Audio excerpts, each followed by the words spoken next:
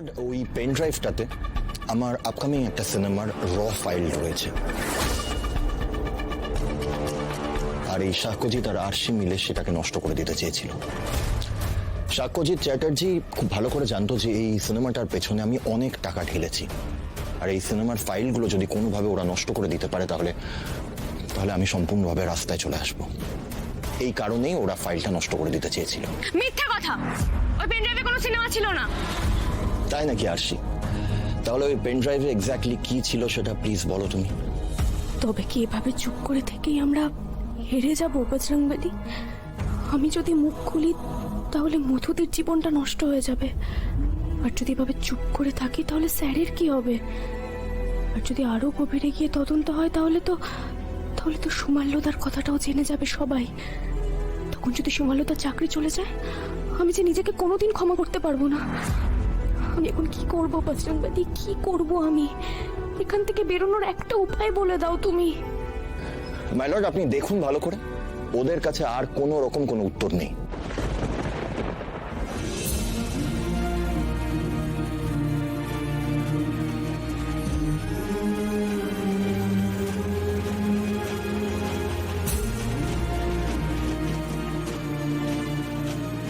আরশি, তোমার মনের ভেতরে কি চলছে আমি বুঝতে পারছি। তুমি এখন মধুর কথা ভাবছো, আমার কথা ভাবছো, সুমাল্যর কথাও ভাবছো যে জানাজানি হলে ওর কি হবে, তাই তো? আপনি আমার মনের কথাটাও বুঝে গেলেন স্যার।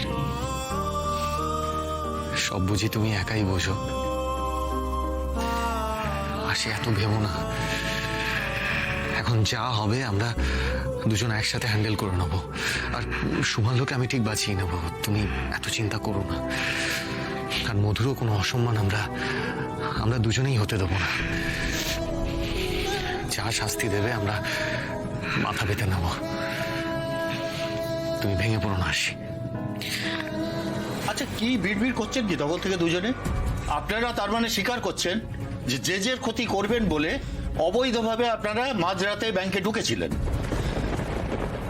ধর্মাবতার, আমরা সত্যিই পেন ড্রাইভটা নষ্ট করতে চেয়েছিলাম, কিন্তু কেন সেটা আমরা সবার সামনে বলতে পারবো না।